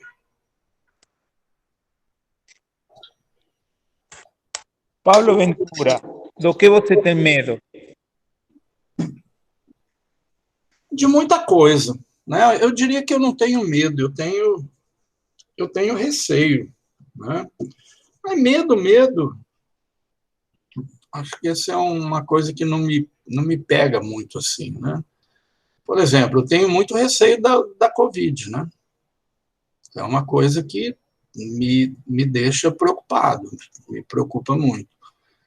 E no resto, assim, eu tenho receio de AVC também, né? De você ficar meio que amarrado depois, né? Mas não é muita coisa, mas me cuido, né? Tenho medicação. Então, a semana que vem, durante a pandemia, não pude ir. Tem 2 coisas que eu trato lá no interior de São Paulo, na minha cidade, que é a parte de neurologia e a parte cardíaca, né? Então, na outra semana que eu vou estar adquirindo aí minha imunidade a partir de quarta-feira, né? Então, na outra segunda eu devo estar indo para lá, que eu já tenho consulta marcada, tanto com o neurologista como com o cardiologista. Porque eu tenho tremor essencial, né? Não sei se você já ouviu falar. É uma doença que não chega àquela ao Alzheimer, né? Mas dá um tremelique. Não sei se você já prestou. Outro dia eu não assisto, né, muito, mas meu pai assiste. Outro dia eu estava vendo o Faustão segurando um papel e tremendo. Ele tem tremor essencial, né? Então, dependendo da hora, dependendo do que eu faço, dependendo se fiz um esforço, etc., eu não consigo fazer uma assinatura, assinar preencher um cheque, né? Eu escrevo, não entendo nada que eu escrevi, mas eu, né, sigo a medicação prescrita e tal, acompanho. Ela é menos cruel do que o outro, né? Uma das coisas que eu vou perguntar para o meu neurologista lá é que um neurologista aqui de Goiânia, que eu vou lá só para pegar a receita da medicação, porque aqueles caras que nem olha para você quando você consulta, né? Ele me disse que tem uma intervenção aí agora, que tem dado muito bons resultados. Então, eu anotei e falei, tá, eu vou ver isso, né?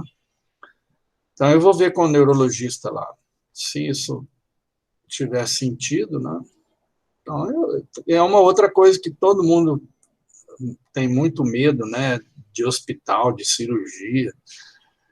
Eu falo assim, gente, é como pegar uma sacola e ir para o supermercado.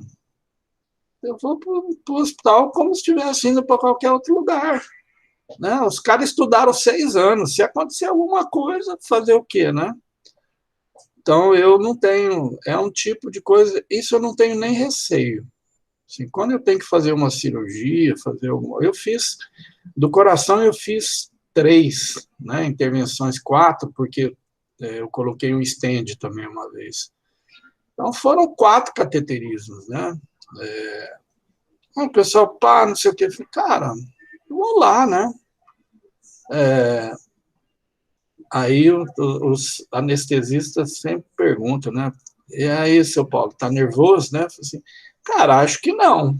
Né? Não sei, mas acho que não. Não, tá bom, não sei o que e tal, blá, blá, blá. Então, assim, se tem uma coisa que eu sou muito disciplinado, é com relação às questões ligadas à saúde, entendeu? Aquilo que tem que ser feito, eu faço. Então, eu tenho, minha coluna lombar é moída, né? Assim, tenho, mas eu vou no RPGista quando eu tenho crise, geralmente eu vou uma vez por semana. Agora eu tô saindo de uma crise, né? Já tem algum tempo que eu saí, então eu fiz uns 2 meses uma vez por semana, aí passei para 15 dias, agora vai acabar. Eu vou passar a fazer uma vez por mês, mas eu faço alongamento todo dia antes de levantar. Meu despertador toca 10 minutos antes, que são os 10 minutos para fazer os alongamentos, né? Então, nessa parte eu sou disciplinado, assim. Eu só não tomo remédio se eu esquecer mesmo, né? Então, ontem à noite eu tinha que tomar o último antibiótico, que, por causa desse exame que eu fiz, que o médico disse que tinha possibilidade de dar infecção urinária. Ontem à noite esqueci. Hoje eu olhei e falei, nossa, esqueci do antibiótico. Tudo bem, tomei hoje de manhã, mas era o último também, então... Só se eu esquecer, senão eu não deixo de tomar os remédios, né? Paulo Ventura, que autor de filosofia você gosta? De filosofia, Sim. olha, eu não tenho um autor de filosofia que eu tenho uma grande preferência, assim, né? Mas o que eu mais admiro e respeito o que ele fez é o Hegel, entendeu? Porque, assim, se eu for considerar o Marx um filósofo, eu poderia dizer que seria o Marx, né? Mas eu considero o Marx um sociólogo. Então, em termos filosóficos, eu tenho admiração, né? Tirando a questão do idealismo em Hegel, né? Acho que ele trouxe muitas contribuições. E no campo no âmbito nacional, o meu filósofo preferido é o Gamboa. Ele é um cara que eu tenho muito respeito, acho que o que ele escreve é muito correto, né? Mas tem muita gente, né, acho, por exemplo, que você assistiu quinta-feira o Severino? Eu acho que o Severino foi muito... Ele foi cracaço, né, cara? Ele fez uma fala simples, didática, assim, que não teve grandes problemas, não complicou, não ficou aprofundando, né? Não ficou falando de clássicos, um ou outro aqui e ali, né? Mas muito legal, assim, o pessoal, né? Você vê como marca nas pessoas, né? Eu acho que as pessoas que assistiram dificilmente vão deixar de lembrar de algumas coisas, né? Eu não entrei lá no link nosso, né? Eu entrei no link normal dessa vez, fiquei assistindo aqui de fora, e eu fiquei acompanhando muito o chat, né? Do que as pessoas falaram. Assim. Marcou muito aquilo que ele falou, né? Quando você pesquisa, você estuda, mas quando você estuda, nem sempre você pesquisa, né? Quer dizer, é muito simples para você entender qual é a relação, qual é a importância da pesquisa no processo de apropriação do conhecimento, né? Muito simples, eu disse de uma forma muito simples, mas muito marcante, né? Várias pessoas no chat, nossa, o pessoal delirou, eu diria assim, né? Com uma tirada muito legal. O cara tem caminhão de experiências também, né? É um filósofo que eu não tenho lido mais, mesmo no campo da metodologia, eu não tenho lido mais. Mas, né, eu já li o livro que eu tenho dele, acho que é a 36ª edição, deve estar na 50ª, não sei quanto. É o cara mais lido de metodologia do Brasil de todos os tempos, né? Então, mas eu tenho assim, né, muito apreço por muita gente que, às vezes, não é filósofo, mas, né, de certa forma, teve algumas nuances assim filosóficas, né, importantes. Então, acho que é muito legal isso. Mesmo Paulo Freire, né, se pegar o Paulo Freire, que também tinha algumas colocações no campo da filosofia da educação interessante, né, ainda que eu também não tenha toda a concordância com ele, mas assim, tem coisas muito interessantes, né. Quando Paulo Freire fala que o processo de ensino-aprendizagem é um processo de mão dupla, né? E que a Cora Coralina diz isso de uma outra forma depois, né? Então, o Paulo Freire fala que quem ensina, aprende, quem aprende, ensina, né? Então, e ele fala, é uma rua de mão dupla, né? Então, interessante. Quando o Snyders fala que a escola capitalista está a serviço do capital, né, que talvez a transformação da escola não possa causar uma transformação social, então é preciso fazer a transformação social para transformar a escola, mas aí ele pergunta assim, né, mas e até chegar à revolução? O que nós vamos fazer? Vamos ficar de braço cruzado? Né? E aí a gente vem para os autores brasileiros, você pega o Saviani, né, ele vai dizer quase que uma continuidade do que Snyders disse, né? Vai dizer, olha, na mesma escola, né, que o capital se coloca hegemônico, nós podemos ser contra-hegemônicos. O espaço está em aberto. Né? O Snyders vai dizer uma outra coisa sobre o professor que é fundamental, assim, né, que mostra o professor por inteiro, né, mostra o corpo e o espírito do professor, né, você perguntou sobre o espírito. O Snyders vai dizer que ser professor é atuar nas duas pontas da corrente. Numa é fazer a revolução social e na outra é dar aulas amanhã cedo. Olha a profundidade disso, né? Ele era um pedagogo, agora, se isso não é filosofia... Né? Então, assim, eu acho que o ditado popular é que está correto, né? Que diz que de filósofo e louco todo mundo tem um pouco, né? Paulo, ¿cómo que está a consciência ambiental? Eu acho que nesse momento ela está em ápice, né? Está no ápice, porque é um momento que o mundo está, né, principalmente por conta das mazelas no Brasil, né, das incongruências, cara, é uma coisa pavorosa, né? Você tem um presidente que vai numa reunião e mente descaradamente, né? Faz um discurso falso, e no outro dia corta recurso do ambiente, do meio ambiente, né? Não, cara, é um momento que a gente, né, tem que estar participando, estar atento, estar ouvindo, estar aprendendo e ver o que nós podemos fazer, né? Eu conheci mais perto, agora recentemente, uma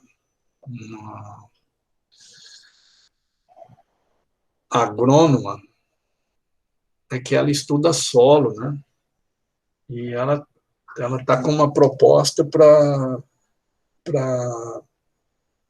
no Ministério da Educação, ela fez uns estudos para que a disciplina de estudos sobre o solo faça parte do ensino básico, como condição indispensável, né, básica, para que as pessoas possam entender a questão do meio ambiente, né? Então, grudado a isso, viria uma discussão forte sobre o meio ambiente, né? Acho que é isso, mas acho que a gente tem que ir mudando as nossas práticas, né? Eu fico muito indignado, por exemplo, quando eu vou para a praia, né? Que eu vejo a falta. Cara, esse Brasil tem um litoral fantástico, cada lugar maravilhoso. Os caras são incapazes de pegar um picolé, o palito do picolé, e colocar num lugar onde ele possa jogar no lixo, de acabar de tomar um coco e não levar o coco para um lugar onde ele não possa ir para dentro do mar. Sabe, saco plástico. Nossa, eu fico indignado. Eu fico catando as coisas na praia, às vezes, né? Sim, não é que eu vou dar conta de pegar e não pego tudo, é mais para que as pessoas estejam vendo, né? Pô, né? Não trouxe o saquinho, né? Custava a gente levar um saquinho todo dia para a praia, colocar o lixo lá, depois levar o saquinho e jogar num latão daquele, né? É duro, é difícil, né? Fora as poluições, né, citadinas, né? Que a ganância não deixa diminuir, né? Vamos ver se o Biden realmente vai cumprir o que ele está dizendo. Eu quero ver ele diminuir isso lá nos Estados Unidos, né? Quero ver a China se preocupar com isso, né, na perspectiva de se desenvolver mais que os Estados Unidos. Paulo, estou olhando aqui minha folhinha de anotações. Ficou duas coisinhas. Ficou esse técnico de natação que você teve, aquele. Décio Monzoni Lang. O que ele tinha de diferente? Muito conhecimento e muita calma. A hora que ele falava com você, ele colocava sempre a mão assim, né? Gesticulava e falava com uma calma. Então, não era um discurso grande, era um discurso objetivo, mas que dizia tudo, né, para você. Olha, cuidado na hora da puxada da água, porque você está colocando a mão assim, né? E você tem que colocar ela assim, sabe? E fazia o gesto e falava pausadamente, estendido, assim, né? Mas ele sabia muito. Ele era um cara que, quando veio para o Brasil, ele já veio nadador, né? E um cara que estudou muito, magrelo, cara. O bicho era um esqueleto. E era um sueco brasileiro até na pele, porque, né, ficava o dia inteiro na piscina, a pele dele foi se tostando, né? Ele era muito interessante. Bigodinho ralo, tipo Hitler, assim, sabe? Mas uma figura inesquecível também, né? Paulo, e a tua relação com a CBC? Com Com a CBC, com o Colégio Brasileiro de o Ciências, CBCE, CBC. tá. Olha, eu tenho uma relação muito forte, né? Raiz mesmo com a CBCE. Eu digo sempre que eu devo muito ao CBCE, o que eu sou, né? Foi um espaço onde eu consegui conviver com aquelas pessoas que foram minhas referências e que hoje são pessoas com as quais eu dialogo, com as quais eu, né, participo das coisas. No segundo semestre do ano passado, eu fui convidado pelo Forgrad, né? O Forgrad é uma instituição que congrega todos os pró-reitores de graduação do Brasil, de instituições privadas e públicas. E o Forgrad, ele estava fazendo uma série de palestras, de lives, né, sobre questão do processo educativo e tal. E aí eles fizeram uma sobre a formação de professores e a formação de professores de educação física, mais especificamente, né? Foi organizada via Universidade Federal de uma cidade de Minas, agora esqueci. É uma cidade pequena, mas essa universidade é referência. E eles convidaram um representante da ANFOP, né, que é a Associação de Formação de Professores, que eu também sou associado, e convidaram um representante do CBCE, né? Então, as instituições indicaram. A ANFOP indicou a Celita Tafarel, e o CBCE me indicou. Né? Cara, eu fiquei assim, falei, até liguei para o presidente do CBCE, falei, cara, primeiro eu liguei para a coordenadora do meu GTT, né? Porque eu fui coordenador de GTT Formação e tal, liguei para a Márcia, falei, Márcia, eu fui indicado, isso passou pelo GTT, né? Então eu fico, não quero ver mal-estar. Ela falou assim, não, o Molina me consultou e eu dei acordo, né?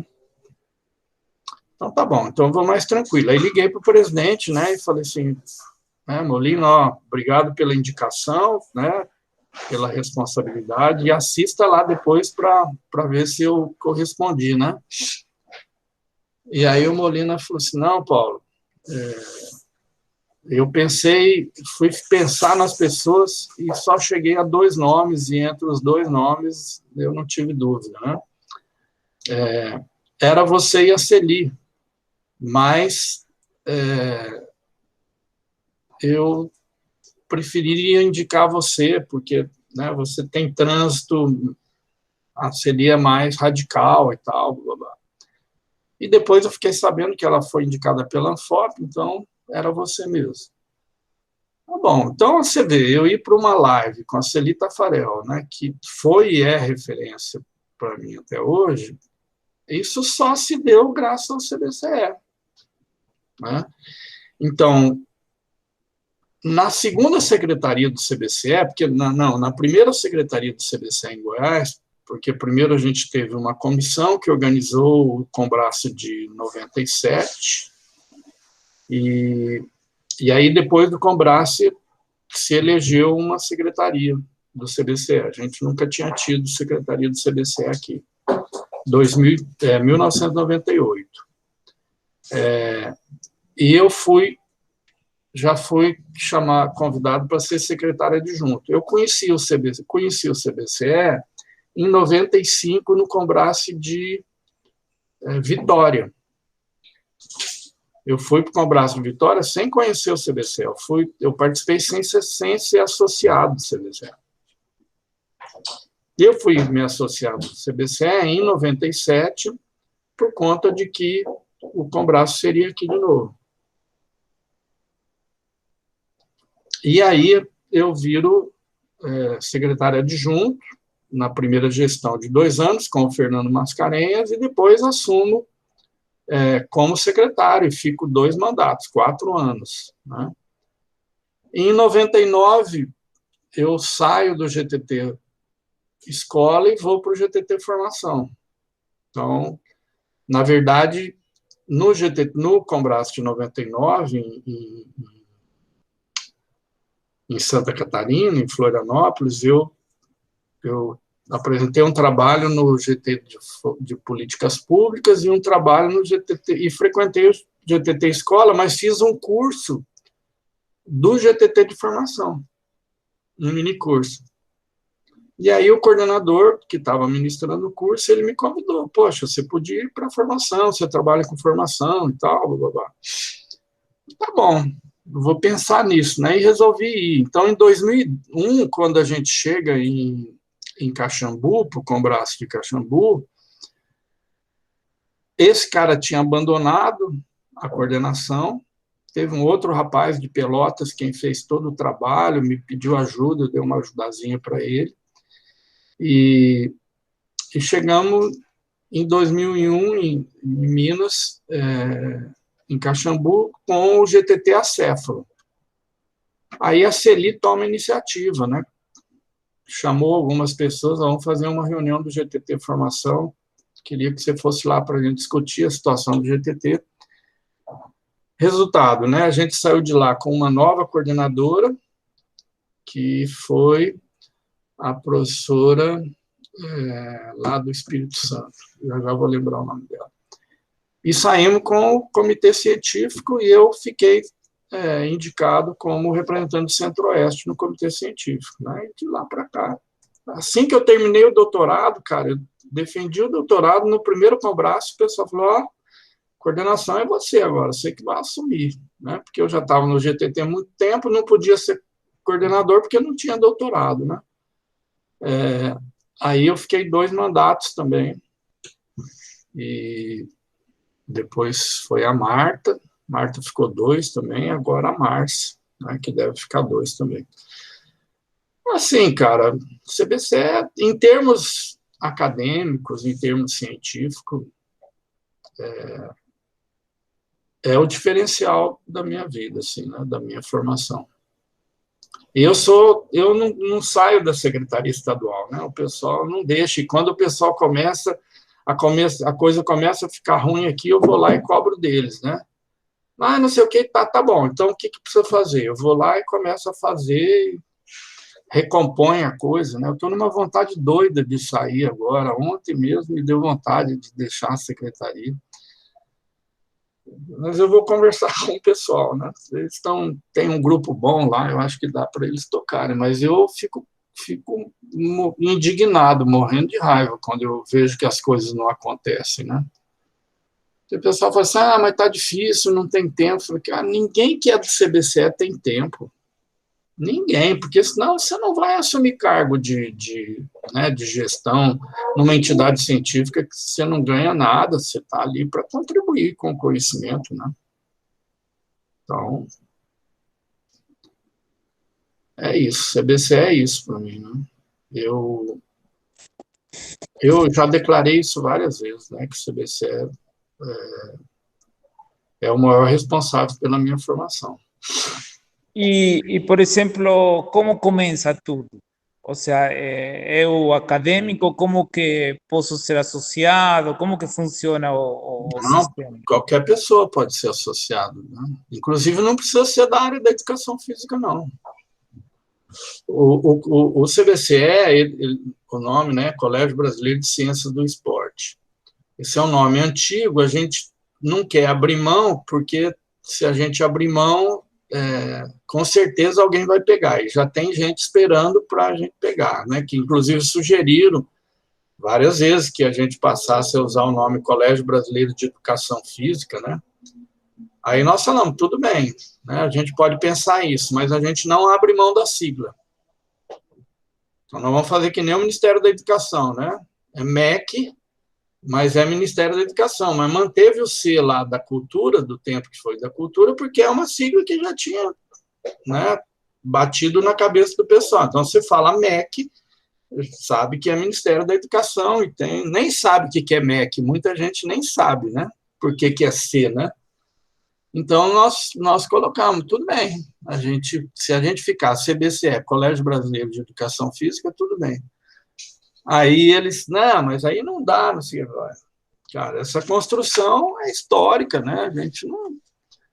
Então, a gente não abre mão. E, então, o que acontece? O CBCL tem 13 GTs. São 13 temáticas que são discutidas dentro do colégio. Então, você tem escola, você tem formação, você tem corpo, você tem deficiência, você tem políticas públicas, você tem atividade física e saúde, você tem treinamento esportivo, você tem, agora criou o mais recente GTT, é sobre a questão, GTT de gênero foi o último que foi criado, agora tem um pessoal querendo criar um GTT para tratar da questão da raça, entendeu? Pegar esse tema, essa discussão é complicada, né? eu fico pensando, só na última discussão, eu falei assim, ó, vocês têm todo o direito, agora o que vocês têm que entender é que vocês vão criar um nicho dentro do CBCE, e aí que vocês vão ficar isolados. Porque o bacana hoje é que vocês trazem trabalho, né, sobre a questão do racismo para dentro do GTT de formação, para dentro do GTT de escola. Então, hoje, vocês são transversais. Vocês vão deixar de ser transversais para fazer um processo de verticalização. Vocês têm que estar, mas eu acho que é um direito de vocês, porque realmente, né, não dá para discutir a necessidade que a questão racial, né, tem que ser discutida no Brasil. Né? E agora, essa coisa cresceu muito no mundo por causa do acontecimento dos Estados Unidos, né, que ganhou muito peso, mais do que os outros, e depois aquele lá no Brasil, né, lá no Rio Grande do Sul também. Acho que o CBCE ele faz essas discussões todas. Então, por exemplo, nós temos um GTT que é muito pequeno, assim, pouca gente, que é o GTT de movimentos sociais. São poucos participantes. Inclusive, o GTT de movimentos sociais convidou o pessoal, diz, olha, por que vocês não vêm para o nosso GTT? A gente agrega e a gente muda o nome do GTT. Né? Contempla a questão da discussão racial também. Eles também não toparam, né? Eles querem uma coisa exclusiva deles, etc. Então, está essa discussão lá. Mas a diversidade é muito grande. Então, tem GTT de epistemologia, eu não estou lembrando todos aqui, né? Mas são 13. Um GTT que nós abrimos mão, né? Que achamos que não era uma discussão que tinha que ser só dentro do CBCE, foi a questão da pós-graduação. E aí o CBCE criou um fórum para discutir a pós-graduação, né, que está prejudicado agora por conta da pandemia, mas que deve voltar com toda a força, né, porque a pós-graduação em educação física no Brasil, ela está marchando por uma direção que pode ser complicada para a área, né? As discussões sociopedagógicas, elas estão muito prejudicadas.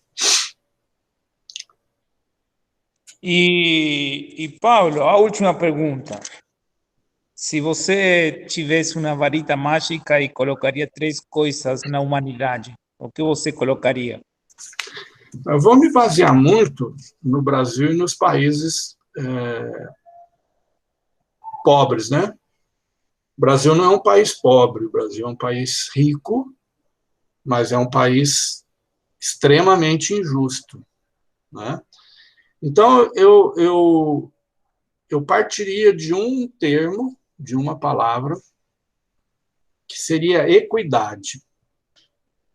E, a partir da equidade, eu colocaria 3 questões que, se eu tivesse uma varinha mágica, seriam as 3 primeiras que eu certamente buscaria, né? Então, equidade na educação, equidade na justiça e equidade na saúde. São os 3 campos sociais, e eu poderia colocar aqui, né? Talvez ficasse melhor. Equidade social, entendeu?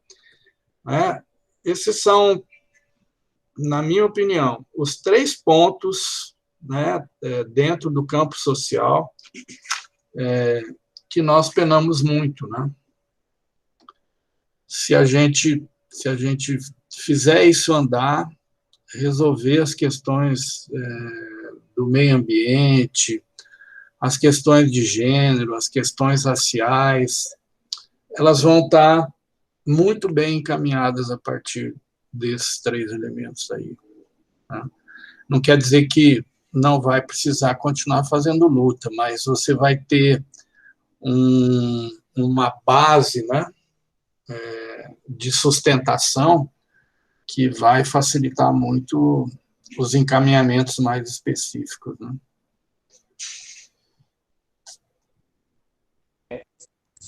Paulo, se você quiser falar mais alguma coisa para encerrar, você quer deixar uma mensagem, pode ficar à vontade. Não, Luiz, só agradecer, acho que foi um espaço bacana, né, para conversar, uma conversa bem informal. Tá, vou parar de gravar então. Tá.